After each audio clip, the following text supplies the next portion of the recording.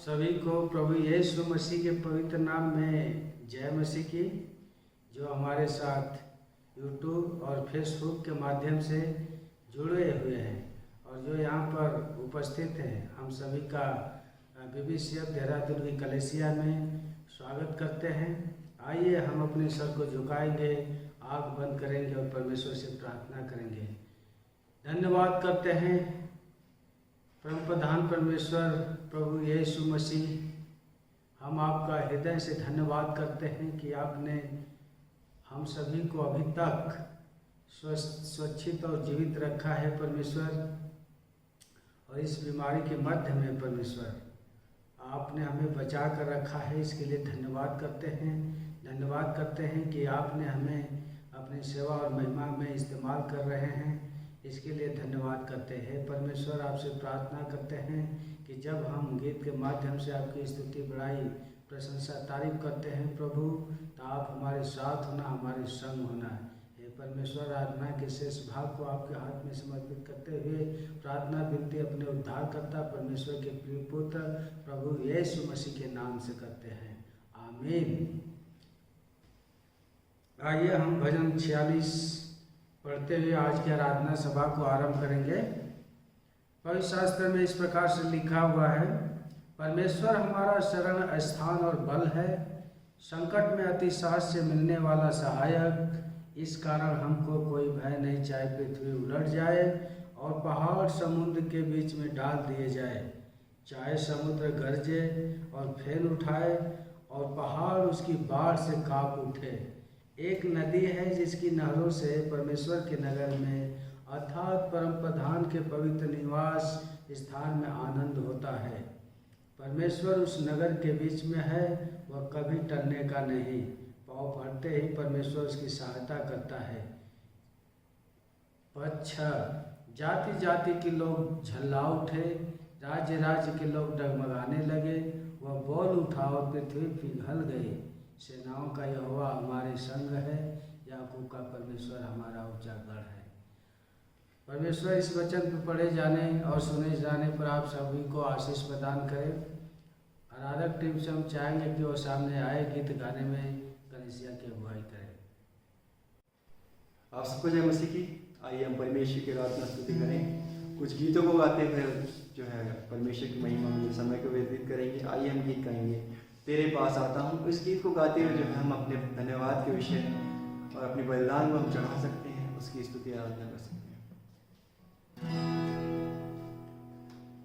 तेरे पास आता हूँ यीशु, तेरे पास आता हूँ यीशु, तेरे पास हर पल मेरी हर सांस तेरी स्तुति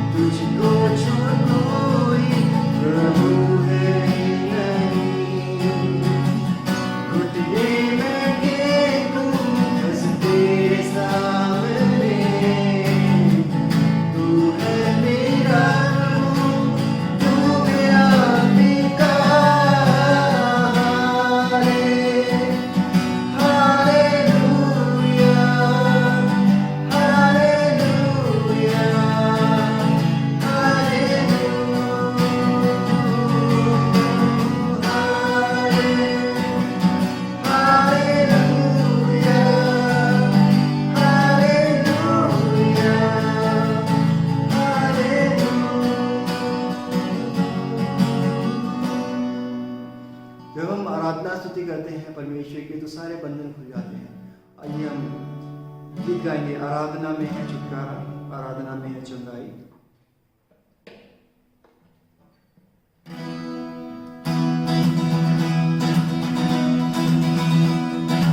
आराधना में है छुटकारा, आराधना में है चंगाई, आराधना में है छुटकारा, आराधना में है चंगाई।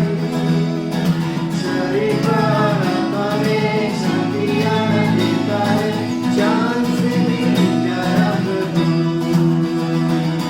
सारे प्राणा में शांति आनंद देता है, चांद से भी प्यारा प्रभु। प्रार्थना करो, आराधना करो, वो अच्छा है कितना बड़ा है। हालेलुया, प्रार्थना करो, आराधना करो, वो अच्छा है कितना बड़ा है। छुटकारा पाए हमेशा, हालेलुया, छुटकारा पाए हमेशा। मांगो तो तुम्हें मिलेगा, ढूंढो तो तुम पाओगे। मांगो तो तुम्हें मिलेगा, ढूंढो तो तुम पाओगे। खटखटा बोलेगा स्वर्ग की आशीष, पाओ तुम उससे अभी। खटखटा बोलेगा स्वर्ग की आशीष, पाओ तुम उससे अभी। प्रार्थना करो, आराधना करो, वो अच्छा है कितना बड़ा है। हालेलुया, प्रार्थना करो, आराधना करो, वो अच्छा है कितना बड़ा है। छुटकारा पाए हमेशा, हालेलुया, छुटकारा पाए हमेशा।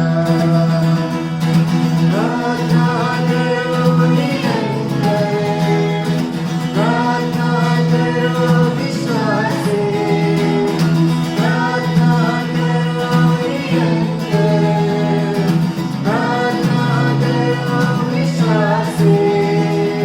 धनी जन की प्रार्थना, विश्वास की प्रार्थना, होती है सारे बंधन।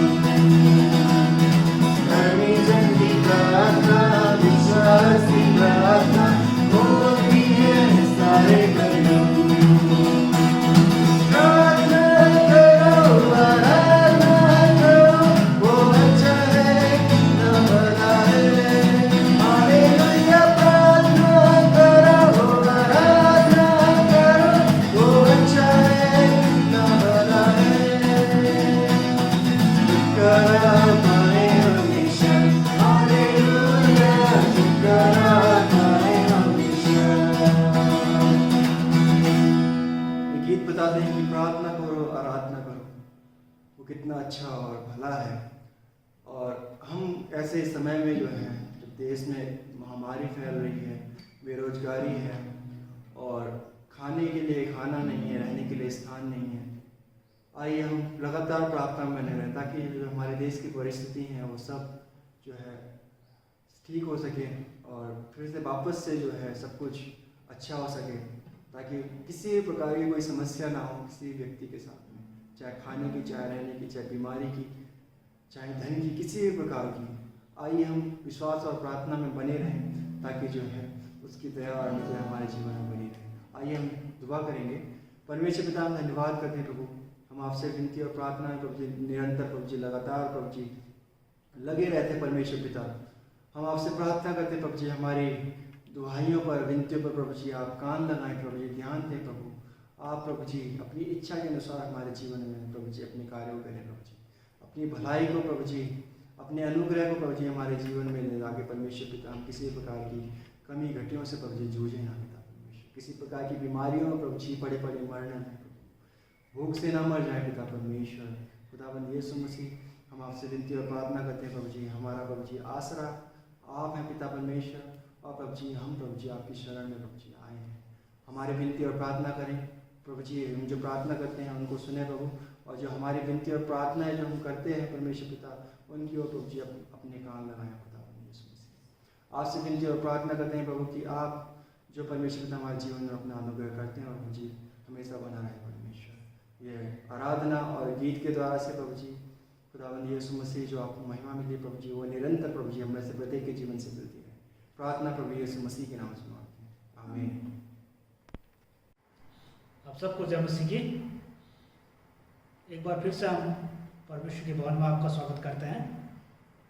मेरे पास कुछ सूचनाएं हैं जो मैं कलीसिया परिवार तक पहुंचाना चाहता हूं। विशेषकर जिस प्रकार से हम लोग इस लॉकडाउन के समय में ऑनलाइन और मिल रहे हैं यूट्यूब और फेसबुक के माध्यम से, हम इस बात के लिए विशेषकर प्रभु को धन्यवाद देते हैं कि ये अच्छा समय है कि हम सब लोग प्रभु के नज़दीक जुड़ सकते हैं और प्रभु की महिमा कर सकते हैं।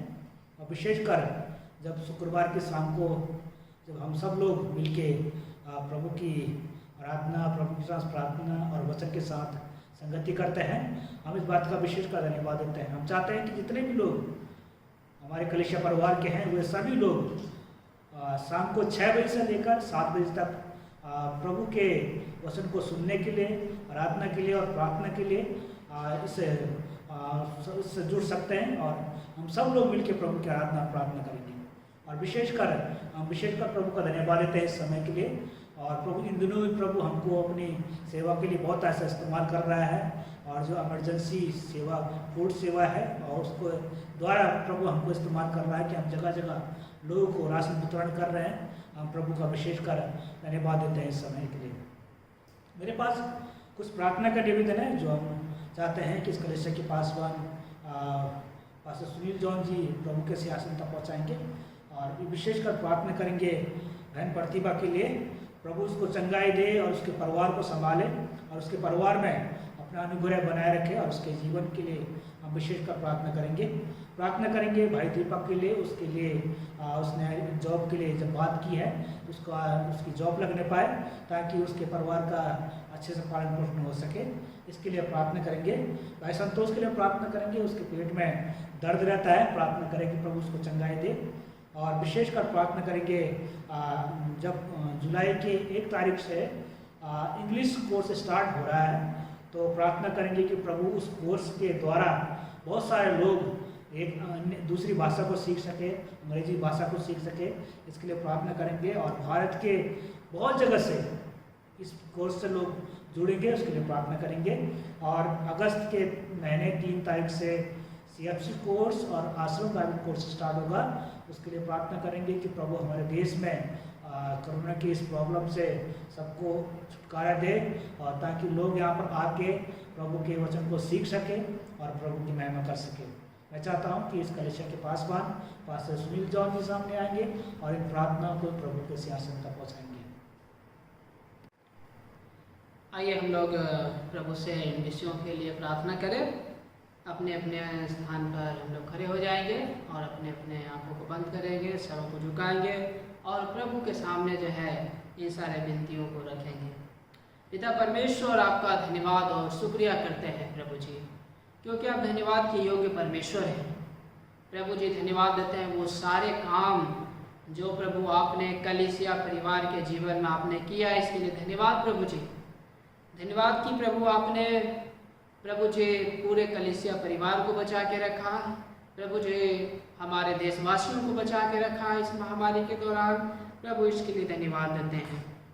पिता परमेश्वर, इस समय कुछ प्रार्थना विषय है जो हम आपके सम्मुख रखना चाहते हैं प्रभु। पिता प्रार्थना करते हैं बहन संतोषी के लिए, प्रभु जी बहन संतोषी को प्रभु जी और भाई दीपक को आशीष दे प्रभु जी।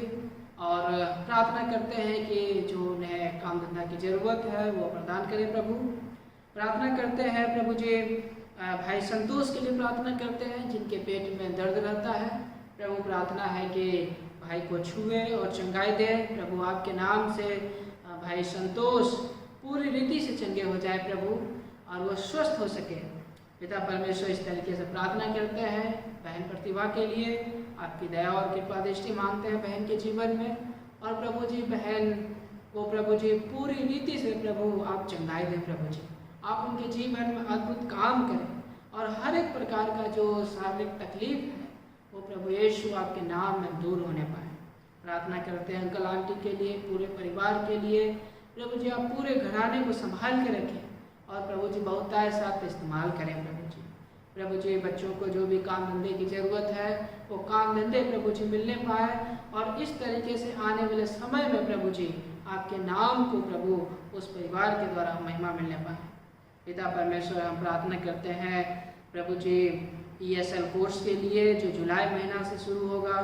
प्रभु प्रार्थना करते हैं उस कोर्स में प्रभु जी आप आशीष दें। प्रभु इसके साथ प्रार्थना करते हैं CFC कोर्स के लिए, आश्रम कोर्स के लिए जो अगस्त महीने से शुरू होगा।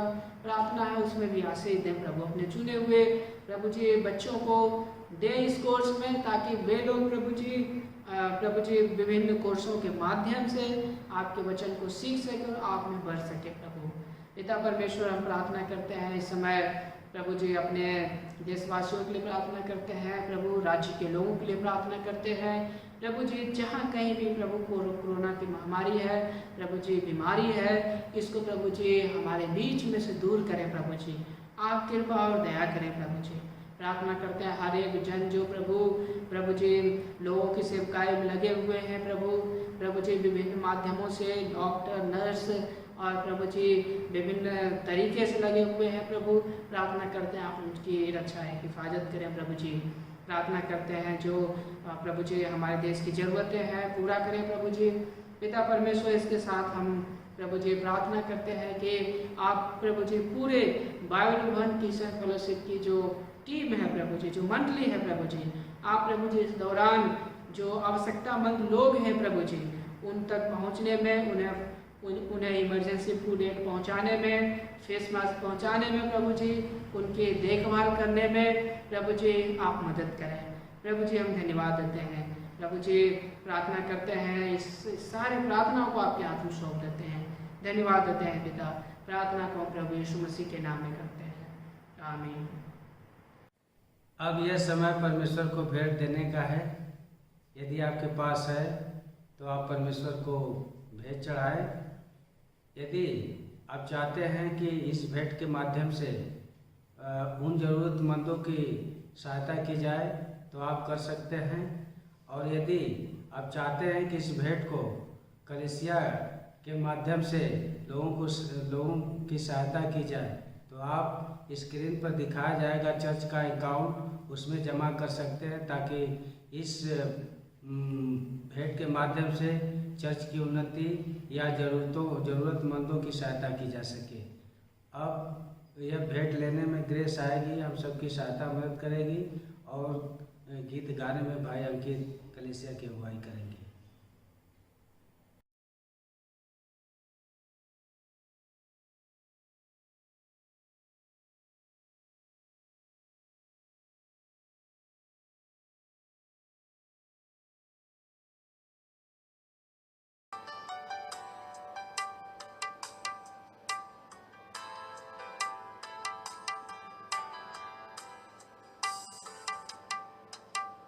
क्या दे सकता हूँ मैं, क्या ला सकता हूँ, कहता तुझे बस शुक्रिया। क्या दे सकता हूँ मैं, क्या ला सकता हूँ, कहता तुझे बस शुक्रिया शुक्रिया शुक्रिया शुक्रिया यीशु तेरा, शुक्रिया शुक्रिया शुक्रिया यीशु तेरा।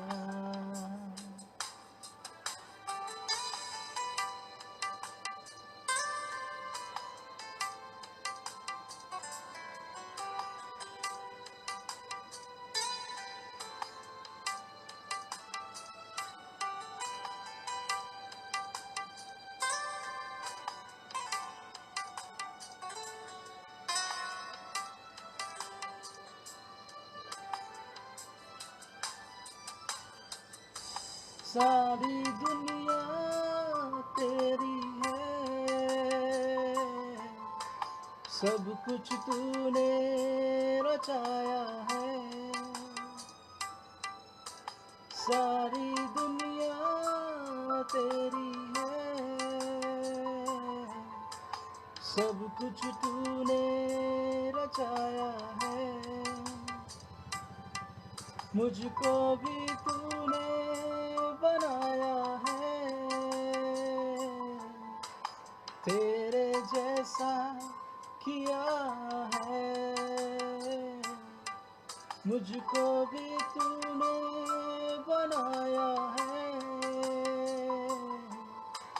तेरे जैसा किया है। क्या दे सकता हूँ मैं, क्या ला सकता हूँ, कहता तुझे बस शुक्रिया।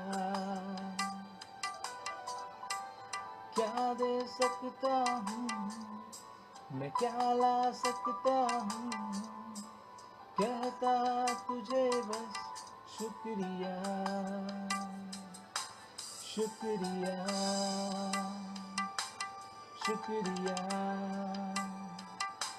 शुक्रिया यीशु तेरा। शुक्रिया शुक्रिया शुक्रिया यीशु तेरा।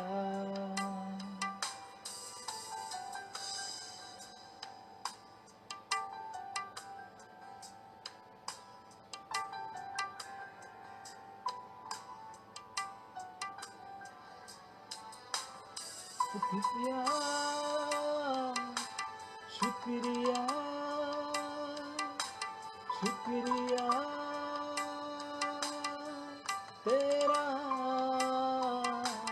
शुक्रिया शुक्रिया शुक्रिया तेरा।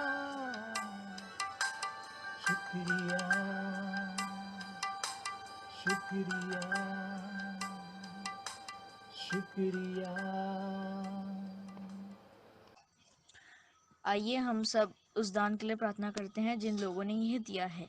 प्रभु जी, मैं धन्यवाद करता हूँ आज इस दान के लिए। इस दान को मैं आपके हाथों में देता हूँ।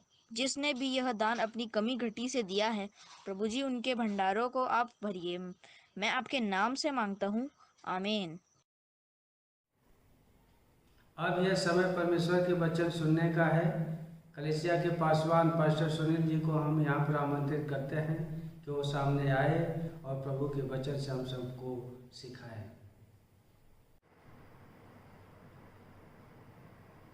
आप सबको जय मसीह की।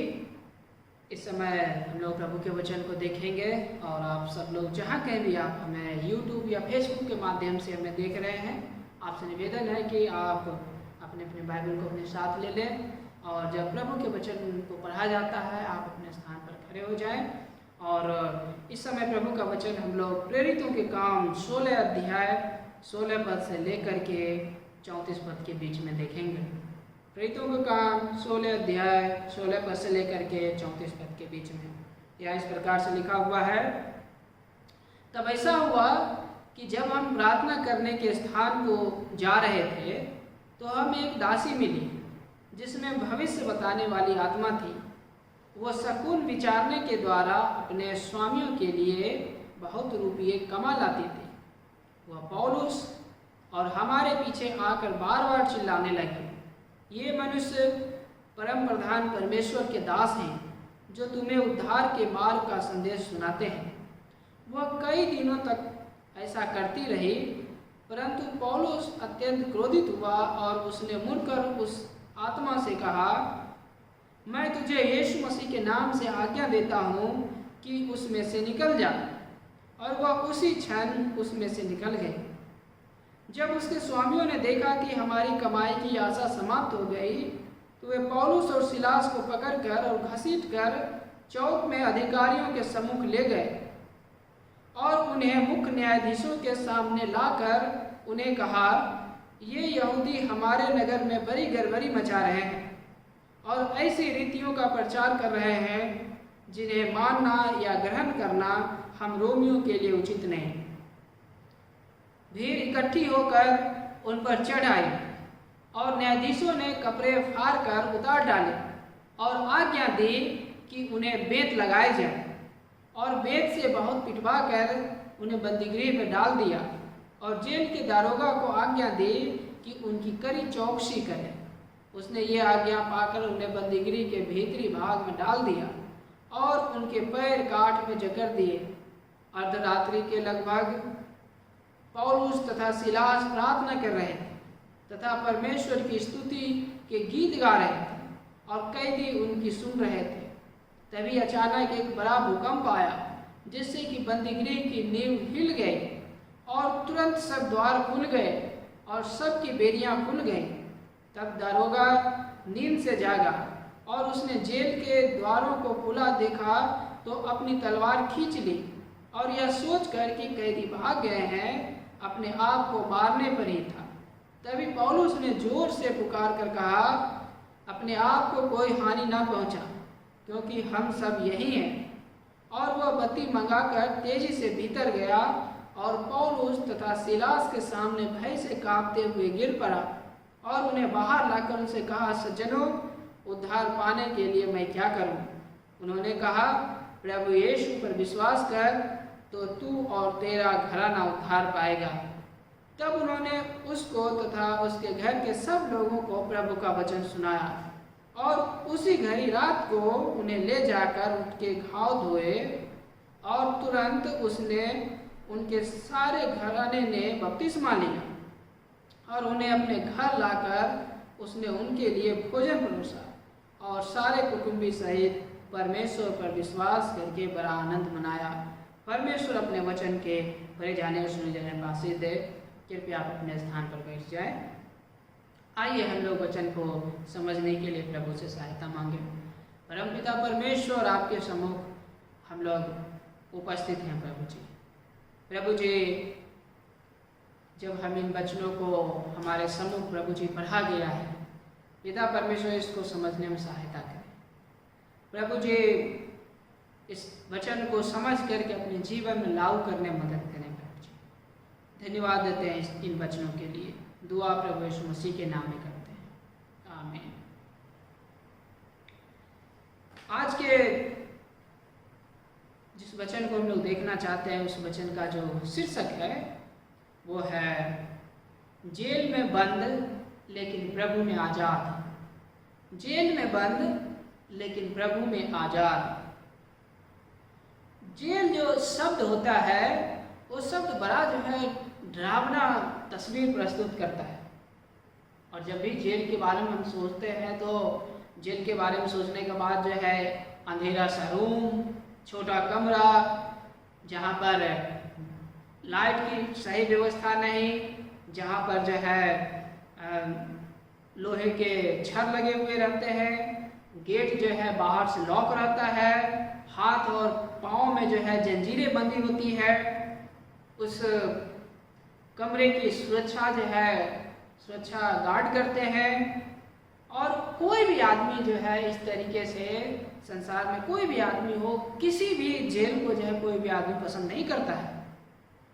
और जेल को इस तरीके से इसीलिए बनाया जाता है सरकारों के द्वारा, ताकि जो दोषी लोग हैं उनको अधिक से अधिक सजा दे सके, और ताकि सजा जो है लोगों के जीवन में, लोगों के मन में इतना भय उत्पन्न करे कि लोग आने वाले समय में किसी प्रकार का मिस्टेक ना करे, किसी प्रकार का जो है वो नियम ना तोड़े, किसी प्रकार का चोरी ना करे, किसी प्रकार की हत्या ना करे या किसी प्रकार का घिनौना काम ना करे। इस प्रकार के काम को रोकने के लिए ही जो है जो इस तरीके का जेल का वातावरण होता है, ताकि लोगों के अंदर भय उत्पन्न। और यहाँ पर हम अगर देखें तो आज के वचन में हम देखते हैं कि पौलुस और सिलास जो है जेल की कोठरी में बंद है और उसे भीतरी भाग में बंद किया गया है। उसके जो पैर जो है वो काठ में जकड़ दिए गए हैं।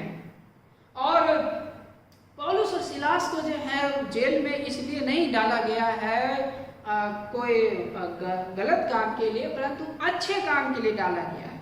क्योंकि उन्होंने जो है उन्होंने एक ऐसी लड़की जो दासी थी, जो बंधन ग्रस्त थी, जो दुष्टात्मा से ग्रसित थी, वो जो है वो चंगी हो गई है। और इस कारण से जो है उसके मालिकों ने जो है पौलुस को पकड़ के उन्हें जो है घसीटा है, उन्हें जो है न्यायाधीश के सामने ले जाया गया है, उन्हें जो है कपड़े उनके उतारे गए हैं, उन्हें पीटा गया है, उन्हें जो है बेत से पीटा गया है, और इस तरीके से जो है उन्हें उनके शरीर में घाव हो गए हैं, और उसके बाद जो है उसे बंदीगृह में डाल दिया गया।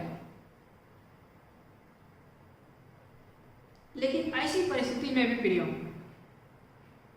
हम देखते हैं कि पौलुस जेल में बंद होने के बावजूद भी जो है, ऐसी परिस्थिति होने के बावजूद भी वो रो नहीं रहा है, वो जो है चिल्ला नहीं रहा है, परंतु यहाँ पर देखते हैं लिखा हुआ है कि वो प्रार्थना कर रहा है, वो परमेश्वर का गीत गा रहा है, और कैदी उसकी सुन रहे हैं।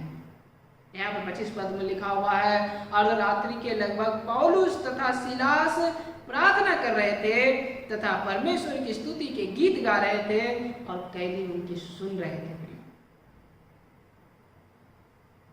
क्या ऐसा हो सकता है कि इसी दिन इनको पीटा गया है, इन्हें कपड़े उतारे गए हैं, इन्हें सार्वजनिक रूप से जो इनका अपमान किया गया है, इन्हें भेद लगाए गए हैं, शरीर में घाव है? क्या ऐसा हो सकता है कि इतना होने के बावजूद भी आदमी उस दिन रात में जो है बैठ के प्रार्थना करे, रात में प्रभु के गीत गाए? लेकिन यहाँ प्रिय हो रहा है, जब हमारे जीवन में इस तरीके की परिस्थितियां आती है, तो हम लोग जो सामान्य जो है, हम लोग जो है इस तरीके से रिएक्ट करते हैं। हम लोग जो है अगर ऐसी परिस्थिति आए तो हम लोग प्रार्थना करना बंद कर देते हैं, परमेश्वर से गुस्सा हो जाते हैं, उसके बाद परमेश्वर से सवाल पूछने लगते हैं कि प्रभु मेरे साथ ही ऐसा क्यों हुआ?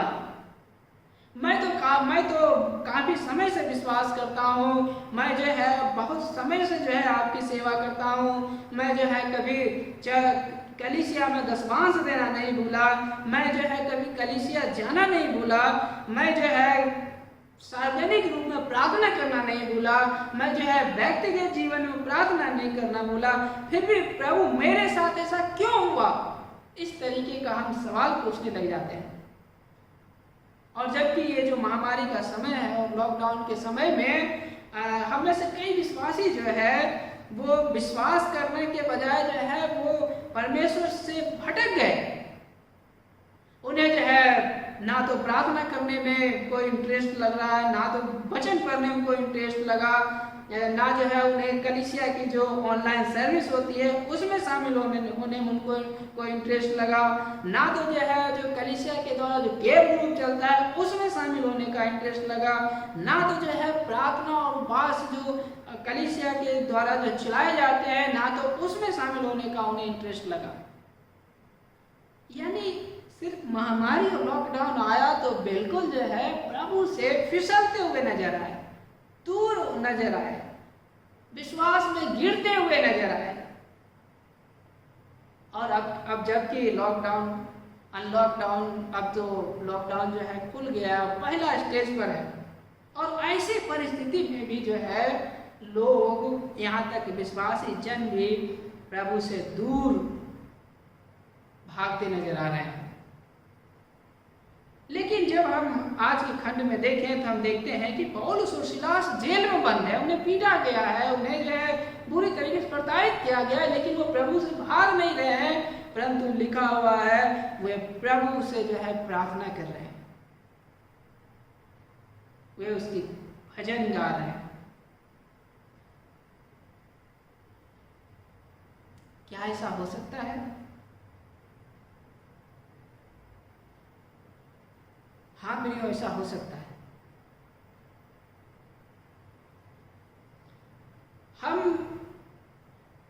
ऐसा हो सकता है, हमारे जीवन में ऐसा हो सकता है कि हम जो है कितना भी परेशानी हो, चाहे कैद वाला हालात हो, कैसी भी हालात हो, लेकिन कैसी भी हालात में हम, चाहे अच्छी हालात हो चाहे बुरी हालात हो, हम कैसे भी हालात में है हम परमेश्वर के पास आ सकते हैं, क्योंकि परमेश्वर ने जो है हमें जो है बंधन से मुक्त किया है।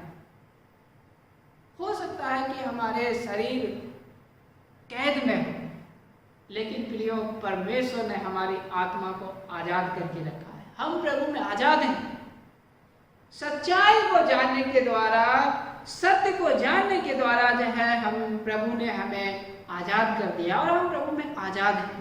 लोग हमारे शरीर को बंधन में कर सकते हैं, लेकिन हमारी आत्मा को नहीं कर सकते, हमारी प्रार्थना को नहीं कर सकते, हमारी स्तुति को करने से नहीं रोक सकते। ये तभी होता है प्रियो जब आप और हम परमेश्वर में विश्वास करते हैं। परमेश्वर अपनी पवित्र आत्मा हमारे अंदर उड़ेलता है और परमेश्वर की पवित्र आत्मा जो है हमारी आत्मा के साथ मिल करके प्रभु में जो है आजाद रहने में, उससे प्रार्थना करने में, उसकी महिमा करने में सहायता करती है।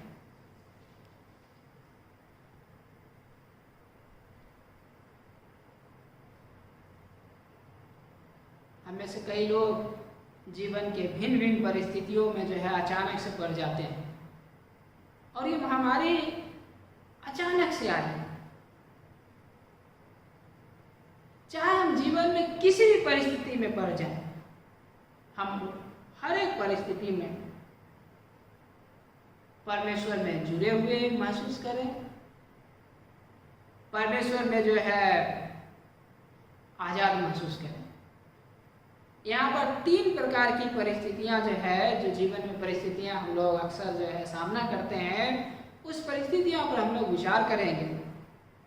जो ये 3 परिस्थितियां आज के वचन में जो है पाई जाती है। पहली जो परिस्थितियां हैं जीवन में, वो है आशाहीन वाली परिस्थिति। आशाहीन वाली परिस्थिति, आशाहीन वाली परिस्थितियां तब हो जाती है जब हम परमेश्वर में आशा करना समाप्त कर देते हैं। परमेश्वर में आशा करना समाप्त कर देते हैं और हम इसलिए आशा करना समाप्त कर देते हैं कि हम सोचते हैं कि अब मेरे जीवन में कोई इससे बेहतर कुछ और नहीं हो सकता है परमेश्वर की ओर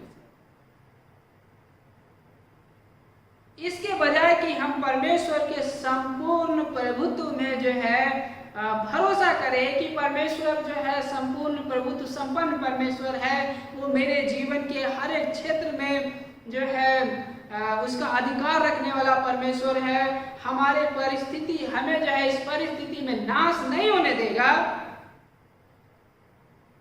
लेकिन हम इसके बजाय जो है कुछ और सोचने लगते हैं। हो सकता है आपके जीवन में जो अभी परिस्थिति चल रही है, इस परिस्थिति के कारण आपके जीवन में लॉस हुआ होगा, आपके बिजनेस में लॉस हुआ होगा, आप हो सकता है कि एग्जाम में फेल हो गए होंगे, हो सकता है कि आपके कोई परिजन जो है उनकी अचानक से मृत्यु हो गई और इस तरीके से जीवन में जो है आशाहीन वाली परिस्थितियां आ जाती है। और कई लोग तो ये भी सोचने लग गए हैं कि अब जो ये महामारी का जो समय चल रहा है ये कभी खत्म नहीं होने वाला है। कुछ लोग इस तरीके से आशाहीन वाली परिस्थितियां में पड़े हुए हैं कि अब कोई अच्छे दिन नहीं आने वाले हैं और उनका जो भविष्य है वो अंधकार में दिखाई दे रहा है। और यहाँ पर अगर हम देखें तो जो भविष्य बताने वाले जिसके अंदर आत्मा है, जो वो दासी है, यहाँ पर हम देखते हैं कि जब इसको चंगाई मिली है, जब वो जो है उसके अंदर से वो आत्मा निकल गई है, तो हम देखते हैं कि यहाँ पर देखते हैं कि जो उसके मालिक हैं, उसके मालिकों का बिजनेस जो है वो चौपट हो गया है। 19 पद में लिखा हुआ, जब उसके स्वामियों ने देखा कि हमारी कमाई की आशा समाप्त हो गई है, उनकी कमाई का जरिया खत्म हो गया,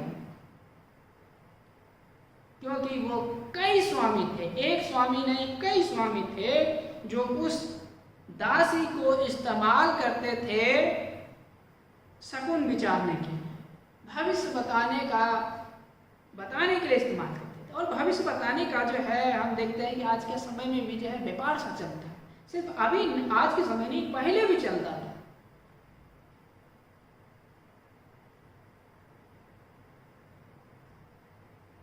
कई बार तो जो है इस भविष्य बताने वाले बात पर हम सोचते हैं तो कई बार जो है इस बात पर हमें जो है हंसी आती है कि ये जब भविष्य बताते हैं तो किस प्रकार से जो है इनकी भविष्य बताने की बात पर जो है कितना सत्य होता होगा, आप और हम जानते हैं।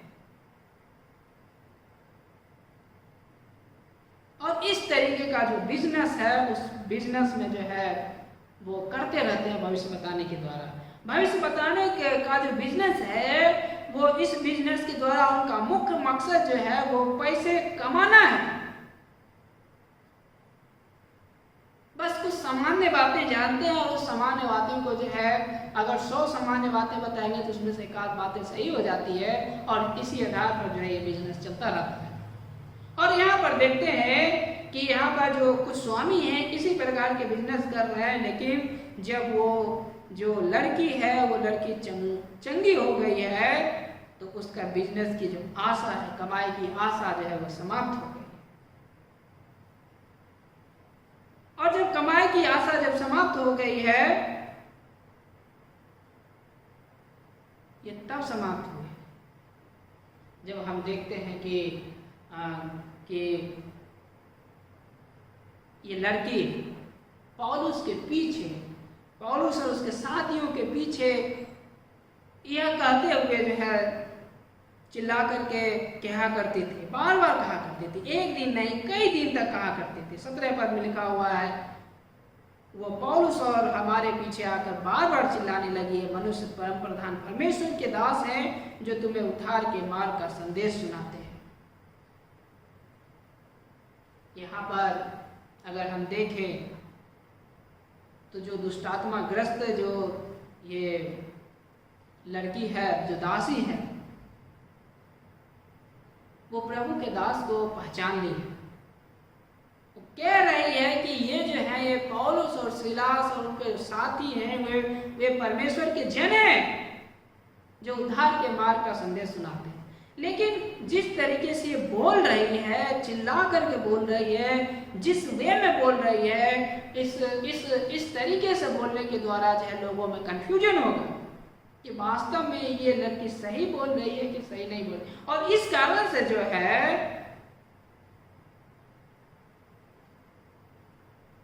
पौलुस अत्यंत क्रोधित हुआ है और उसने मुड़कर उस आत्मा से कहा, मैं तुझे यीशु मसीह के नाम से आज्ञा देता हूं कि उसमें से निकल जा। और वह उसी क्षण उसमें से निकल गई। यहाँ पर जो आत्मा थी, जो दुष्ट आत्मा थी, उसके अंदर उस लड़की में से निकल गई। प्रियो, इसी तरीके का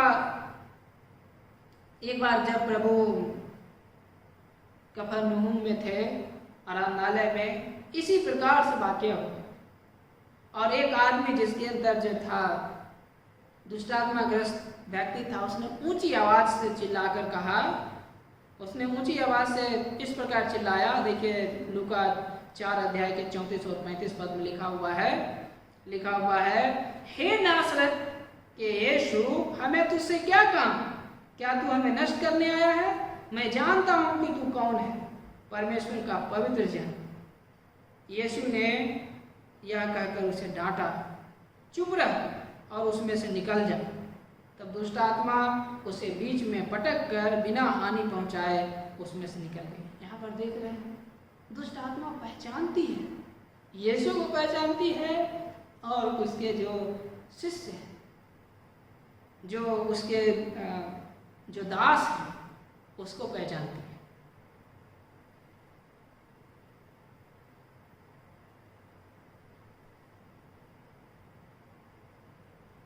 और यहाँ पर देखते हैं कि जो है ये लड़की जो है दुष्टात्मा के बंधन से मुक्त हुई है। और जब दुष्टात्मा के बंधन से मुक्त हुई है तो उसके स्वामी जो है सोचा है कि अब हमारी कमाई की आशा खत्म हो गई है। वो उसके स्वामी जो है निराश हो गया कि मेरी बिजनेस चौपट हो गई है, और उसने पौलुस और सिलास को जो है पकड़ा है, उसे घसीट कर चौक में अधिकारियों के सम्मुख ले जाया गया, न्यायाधीशों के सामने उसे लाया गया। और जो है इस काम में जो है लिखा हुआ है, वो पूरे जो शहर के लोग हैं उसको भी जो है शामिल कर लिया है। 22 पद में लिखा हुआ है, भीड़ इकट्ठी होकर उन पर चढ़ आई। यहाँ भीड़ भी जो है उसके साथ हो लिए हैं कि पौलुस ने कोई बड़ा ऐसा काम कर दिया है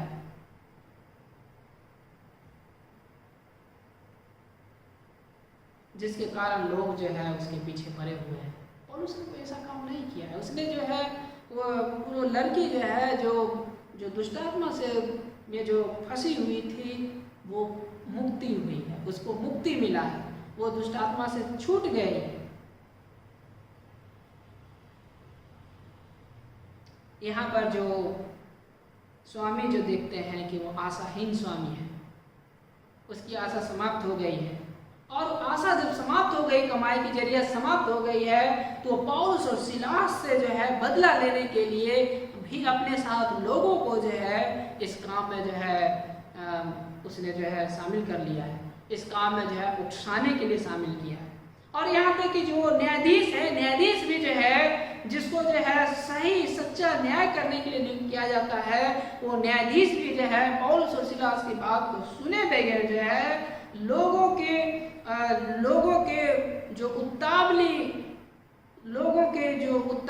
जो शब्द हैं उसको सुनते हुए जो है उसने पौलुस और सिलास के कपड़े उतरवाए हैं, उसे बेतों से पूरी तरीके से पीटा है।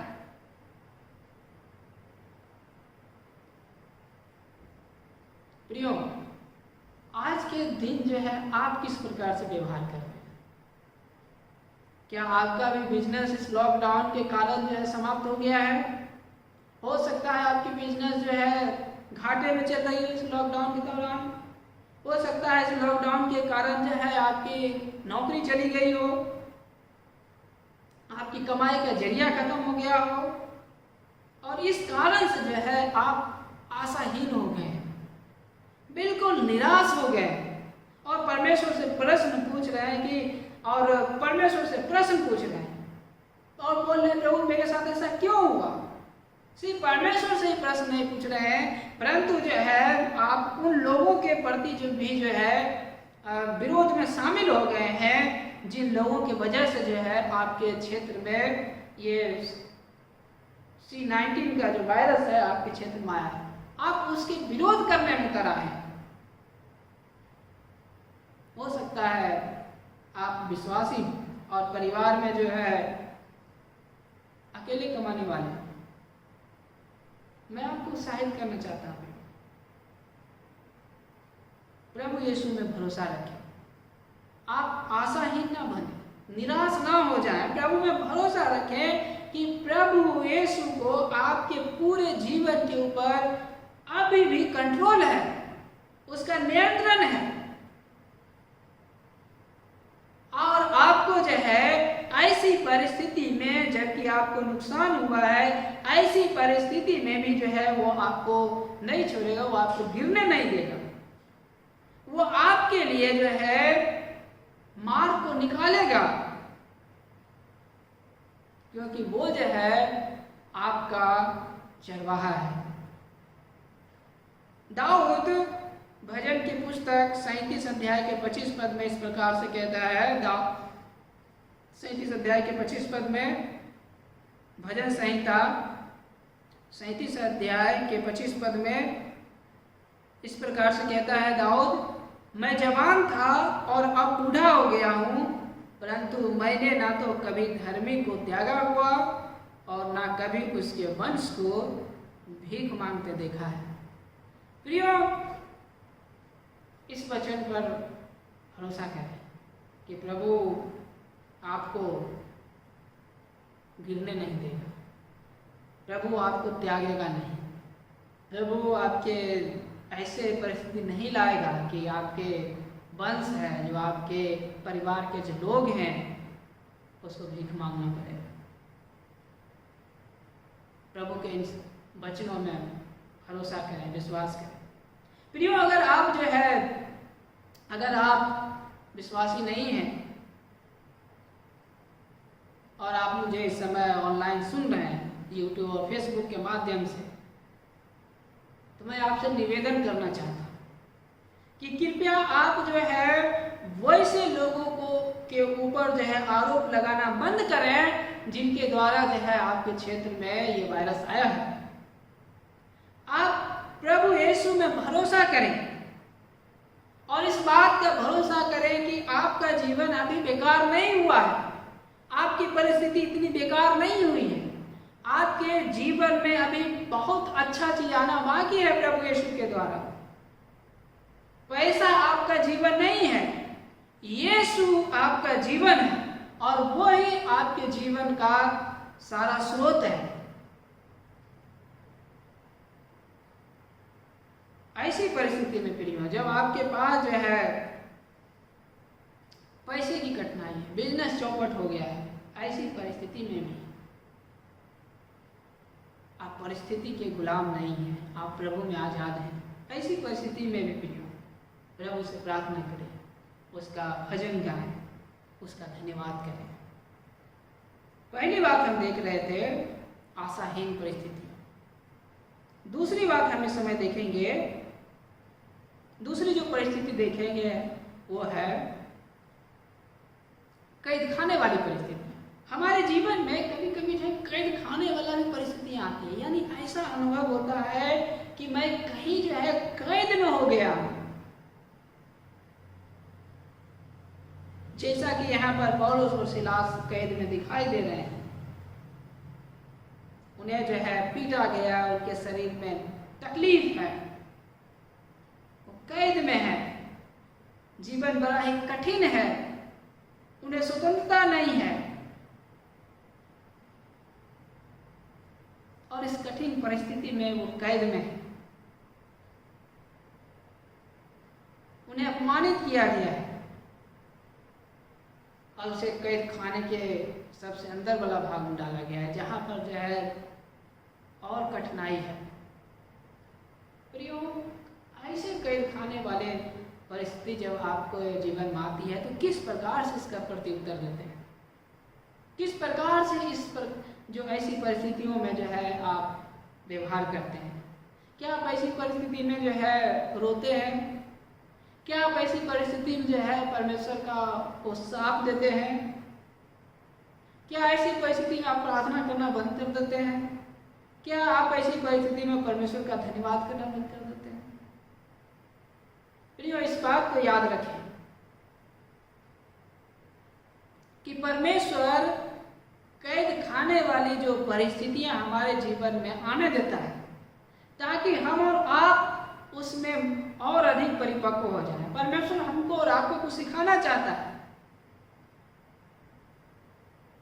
पौलुस को कैद खाने में बार बार जाने का अनुभव था, उसने कई बार कैद खाने में डाला गया और उसे इस बात का अनुभव था कि किस प्रकार से कैद खाने का जीवन होता है। कई बार हम अपने जीवन में भी कैद खाने वाली परिस्थिति का सामना करने लग जाते हैं।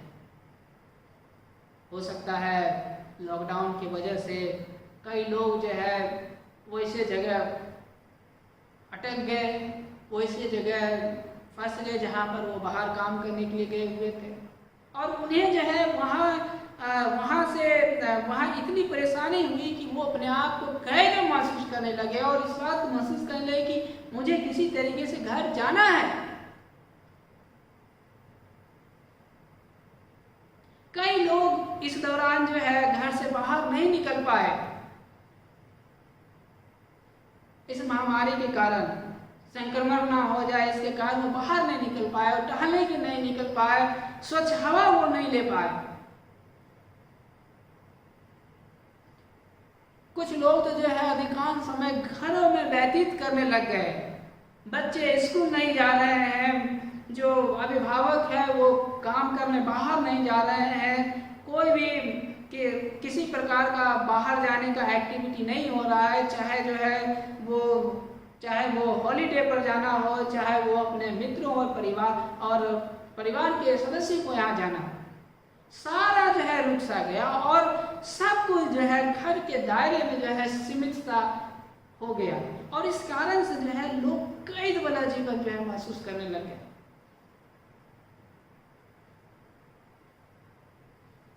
कई बार हो सकता है कि आपका जो घर है इस समय कंटेनमेंट जोन में आ गया होगा, जहाँ पर जो है बिल्कुल जो आज़ादी है बिल्कुल बहुत ही सीमित कर दी जाती है और बिल्कुल रिस्ट्रिक्शंस लगा दिए जाते हैं कि आप जो है ये नहीं कर सकते हैं, ये कर सकते हैं, और कैद जैसा बिल्कुल महसूस होता है। लेकिन इस कैद वाले परिस्थिति में भी देखते हैं पौलुस और सिलास प्रार्थना कर रहे हैं रात के समय, और जो उसके साथ कैदी हैं, बाकी जो कैदी हैं लिखा हुआ है वे सुन रहे हैं।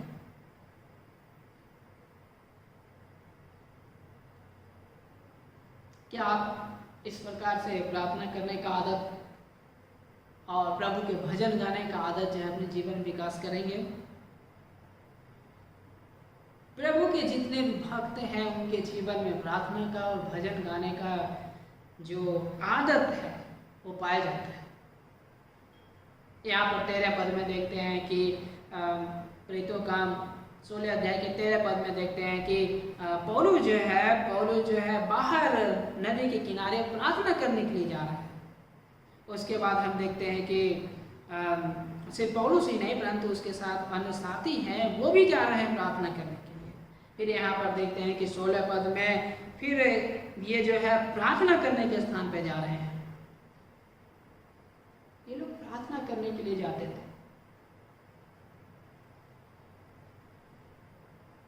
प्रार्थना के साथ गीत गाने का इनके अंदर आदतें थी।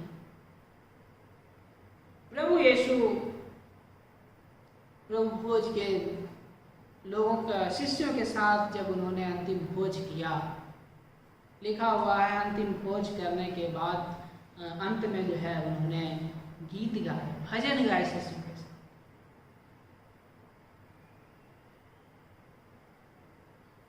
प्रियो, चाहे वो शारीरिक जंजीर हो या तकलीफ हो, वो हमें परमेश्वर से प्रार्थना करने में और भजन गाने से हमें नहीं रोक सकती है।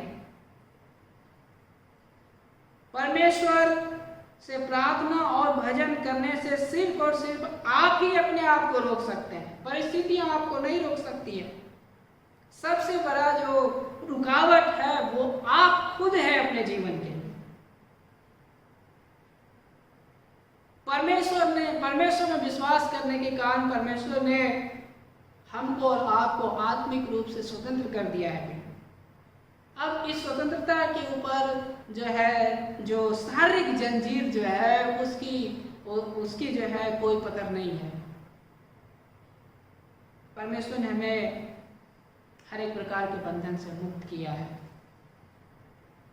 इसीलिए प्रियो, प्रत्येक परिस्थिति में परमेश्वर के साथ जुड़ जाएं, प्रार्थना में और गीत गाने में, धन्यवाद करने में। जबकि ऐसी परिस्थिति में आप और हम रहते हैं, क्या आप इस बारे में विचार करेंगे अपने घर में परिवार के साथ प्रार्थना करने के विषय में? हो सकता है आप लॉकडाउन के कारण जो है या जब अब अनलॉकडाउन यानी अब जो लॉकडाउन खुल गया उसका पहला स्टेज है, आप जो है घरों में होने के बावजूद भी प्रार्थना नहीं कर रहे हैं। मैं आपसे उत्साहित करना चाहता हूँ कि आप प्रार्थना करने के बारे में सोचिए, साथ मिलकर प्रार्थना करने के बारे में सोचिए। अपने सहयोगियों के साथ, अपने मित्रों के साथ प्रार्थना करने के बारे में सोचिए। आप अपने परिवार के लिए प्रार्थना करिए, मित्रों के लिए प्रार्थना करिए, कलीसिया के लोगों के लिए प्रार्थना करिए, जो हमारे देश है हमारे देश के लिए प्रार्थना करिए। हमारे जो देश में जितने भी हेल्थ वर्कर्स लगे हुए हैं, जो सेना के जवान लगे हुए, जो प्रशासनिक में लगे हुए हैं, जो हमारे देश के अगुवे हैं, इन सब के लिए प्रार्थना करें। याद रखें, आपकी प्रार्थना और आपका भजन गाना वो सुनने वाले को भी प्रभावित करता है। और यहाँ पर देखते हैं, लिखा हुआ है कि जब ये पौलुस और सिलास रात के समय गीत गा रहे थे तो लिखा हुआ है और कैदी उसकी सुन रहे थे। प्रभावित करेगा सुनने वाले को। पहली बात हम देख रहे थे आशाहीन परिस्थितियां, दूसरी बात हम लोग देख रहे थे कैद खाने वाली परिस्थितियां, तीसरी बात जो हम लोग देखेंगे तो देखेंगे ऐसी परिस्थितियां जो जीवन समाप्त करने वाली परिस्थितियां होती है। यानी कभी कभी जीवन में ऐसा परिस्थिति आती है जिसमें लगता है कि अब जीवन समाप्त हो जाएगा, या कोई अपना जीवन समाप्त कर लेना चाहता है। मृत्यु जो है जीवन की वास्तविकता है, और बहुत सारे लोग जब बिल्कुल हताश हो जाते हैं तो इस रास्ता को चुन लेते हैं। लोग सुसाइड करने पर उतारू हो जाते हैं। कई लोग कोविड-19 के कारण जब वो पॉजिटिव हुए, उसके कारण से कई लोग जो है डर के और दहशत के कारण जो सुसाइड कर लिए कि बाकी दूसरे मेंबर्स को ना फैले। कई लोग उनके बिजनेस में घाटा हो गया, नौकरी चली गई, इसके कारण से जो है वे सुसाइड कर लिए। और यहाँ पर अगर हम देखें तो यहाँ पर देखते हैं कि एक जो जेलर है वो भी अब सुसाइड करने के लिए उतारू है।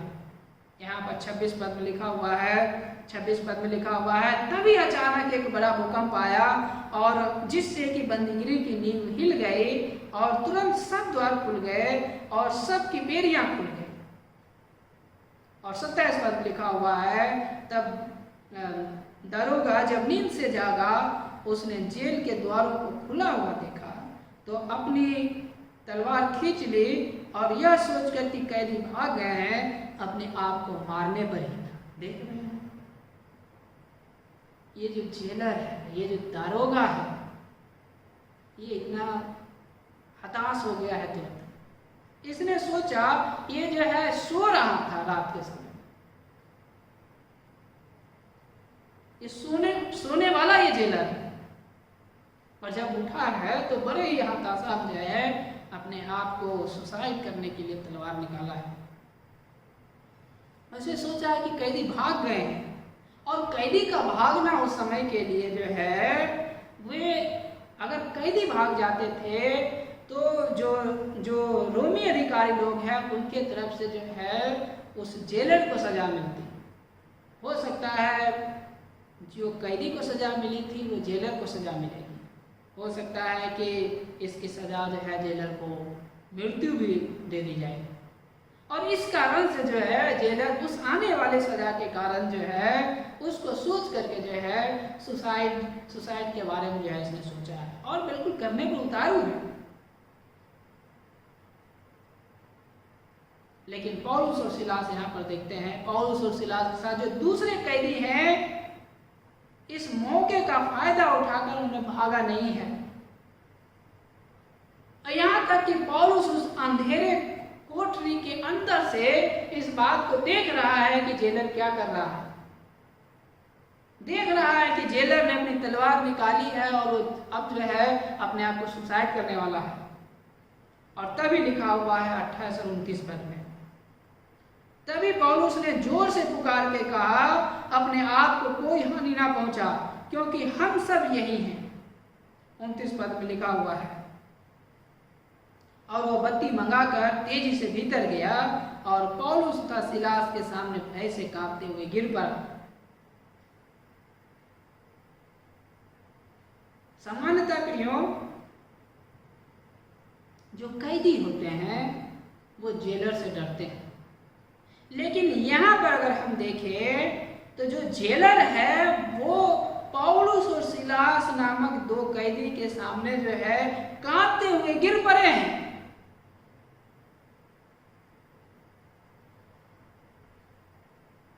इसका कारण ये हो सकता है शायद कि जब ये पौलुस और सिलास इनके पास जेल में आए होंगे, जेल में डाला गया होगा, तो पौलुस और सिलास के व्यवहार को इसने इस जेलर ने देखा होगा। हो सकता है इस जेलर ने जो है पौलुस और सिलास के जो प्रार्थना है, उनके गीत के शब्द उनके कानों तक पहुंचे होंगे। और जब ये परिस्थिति हुई है, जब भूकंप आई है, तो ये जो है जेलर के मन में इस बात का एहसास हो गया है कि ये भूकंप जो आई है, जो बेड़ियां खुल गई है, जो ताले खुल गए हैं लोगों के, जो है गेट के ताले खुल गए हैं, लोगों की बेड़ियां खुल गई है, ये इसलिए हुआ है, इन दोनों की वजह से हुआ है। और इस कारण से जो है पौलुस और सिलास को परमेश्वर का जन जो है ये समझने लगे और उसकी जो है इस बात को और पक्की हो गई है यकीन कि पौलुस और सिलास बेड़ियां खुल जाने के बावजूद भी जो है ये भागे नहीं हैं अन्य कैदियों के साथ। कोई भी कैदी इनके साथ नहीं भागा है। और इसीलिए ये जेलर है उसके सामने जो है उसके सामने भय से कांपते हुए आकर गिर पड़ा है। और देखिए जब भय से कांपते हुए आकर गिर पड़ा है तो 30 और 31 पद में लिखा हुआ है, और उन्होंने बाहर लाकर उनसे कहा, सज्जनों उद्धार पाने के लिए मैं क्या करूं? उन्होंने कहा, प्रभु यीशु पर विश्वास कर तो तू और तेरा घराना उद्धार पाएगा। यहाँ पर परमेश्वर ने इस जेलर के हृदय को सुसमाचार के लिए तैयार कर दिया है। इस सारे काम के द्वारा, पौलुस और सिलास का कैद खाने में आने के द्वारा, उसके प्रार्थना और गीत गाने के द्वारा, परमेश्वर द्वारा भूकंप लाने के द्वारा, और जो बेड़ियां है, जो द्वार है उसको खोलने के द्वारा परमेश्वर ने इस जेलर के जो मन है, हृदय है, उसको तैयार कर दिया है। और जेलर जो है उसी समय पौलुस और सिलास को अपने घर ले गया है, पूरे परिवार को जगाया है, और पौलुस जो है उसके परिवार में जाकर, उसके घराने में जाकर के जो है परमेश्वर के वचन का प्रचार किया है। और रात में ही लिखा हुआ है उन्होंने बपतिस्मा लिया है, और रात में ही उन्होंने भोजन खाया है और जो है आनंद मनाया है। यहाँ पर लिखा हुआ है 32 और 33 पद। तब उन्होंने उसको तथा उसके घर के सब लोगों को प्रभु का वचन सुनाया। 33 पद में लिखा हुआ है, और उसी घड़ी रात को उन्हें ले जाकर उसने उनके घाव धोए, और तुरंत उसने और उनके घराने ने बपतिस्मा लिया, और उन्हें 34 पद में लिखा हुआ है, और उन्हें अपने घर बुलाकर उसने उनके लिए भोजन परोसा, और सारे कुटुंब सहित परमेश्वर पर विश्वास करके बड़ा आनंद मनाया। प्रियो, इस जेलर के आनंद का कारण है कि ये जेलर सुसाइड करने की स्थिति पर था, लेकिन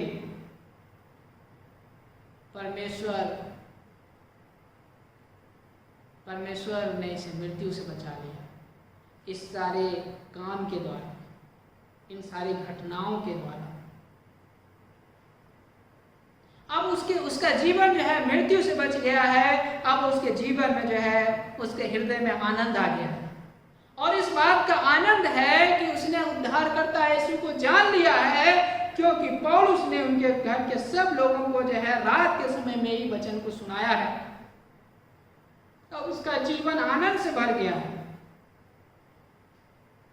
प्रियो, क्या आप हताश और निराश हैं और आप सोच रहे हैं सुसाइड करने के विषय में, अपना जीवन समाप्त करने के विषय में सोच रहे हैं?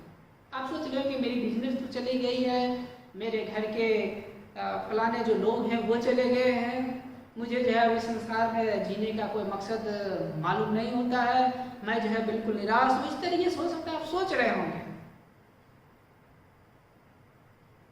प्रियो, यहाँ पर प्रभु आपसे कहना चाहता है, प्रभु का वचन आपसे कहना चाहता है कि अपने आप का नुकसान मत करो। प्रभु यीशु के पास आओ, उसमें विश्वास करो, क्योंकि वो आपको बचाना चाहता है। वो नहीं चाहता है कि कोई भी जन जो है नाश हो जाए, परंतु सबको ये अवसर मिले विश्वास करने का, ताकि उसमें विश्वास करके लोग जो है अनंत जीवन को प्राप्त करें। उसमें विश्वास करके लोग जो है उस अनंत जो आनंद है उसको प्राप्त कर लें, जो आनंद उस जेलर और उसके पूरे कुटुंब को मिला है, वो आनंद जो प्रभु यीशु में विश्वास करने के द्वारा मिलता है, वो आनंद जो जीवन को बचाए जाने पर मिलता है। प्रभु यीशु ने पूरे मानव जाति को बचाने के लिए उन्होंने स्वयं उस मृत्यु को गले लगा लिया। प्रभु यीशु ने अपना सुसाइड नहीं किया, परंतु अपने आप को जो है वो परमेश्वर के उस योजना के लिए अपने आप को दे दिया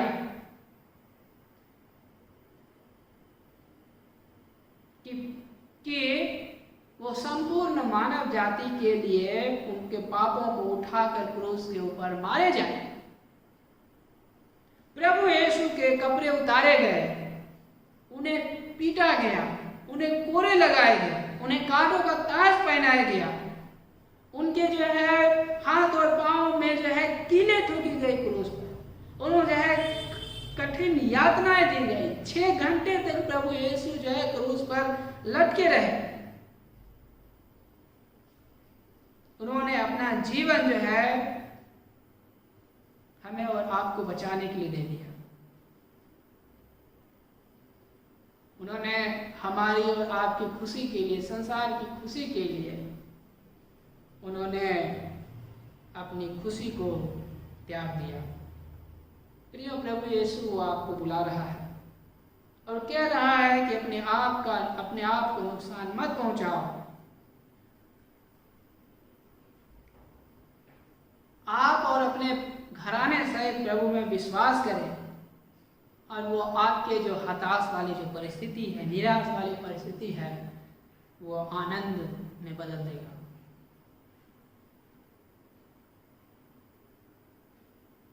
प्रिय परमेश्वर के जनों,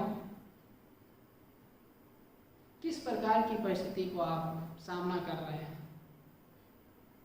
क्या आप आशाहीन वाली परिस्थिति का सामना कर रहे हैं? प्रभु यीशु में आप अनंत आशा को पा सकते हैं। प्रियो, क्या आप कैद वाला जीवन का सामना कर रहे हैं? प्रभु यीशु आपको इस कैद से आजाद करना चाहता है। क्या आप हताश वाली परिस्थिति का सामना कर रहे हैं और अपने जीवन को समाप्त करने के विषय में सोच रहे हैं? याद रखें, प्रभु यीशु आपको बचाना चाहता है। प्रभु यीशु अपने वचन से कहना चाहता है, अपने आप को नुकसान मत पहुंचाओ। तुम मेरे लिए बहुमूल्य हो, मैं तुमसे प्रेम करता हूं। मैंने इस संसार में इसलिए आया हूं, मैं इस संसार में तुम्हारे लिए आया हूं कि तुम अनंत जीवन प्राप्त करो और अनंत आनंद प्राप्त करो। परमेश्वर हमें से प्रत्येक को आज के वचन से आशीषित करें। आइए प्रार्थना करें। पिता परमेश्वर, आपके सम्मुख आते हैं। प्रभु यीशु, धन्यवाद कि आपने जीवन के प्रत्येक परिस्थिति में हम सबको कैसे रहना चाहिए इसके विषय में आपने वचन से बातचीत की। प्रभु जी, धन्यवाद कि आपने हमें बंधनों से मुक्त किया है। प्रभु जी, प्रभु धन्यवाद करते हैं कि आपने हमें आत्मिक रूप से बंधनों से मुक्त किया है। प्रभु जी, किसी भी परिस्थिति में होने के बावजूद भी हम आप में आज़ाद हैं। प्रभु, प्रार्थना करने के लिए, भजन गाने के लिए धन्यवाद देने के लिए और आपकी महिमा करने के लिए। प्रभु ऐसा आदत विकसित करने में मदद करे।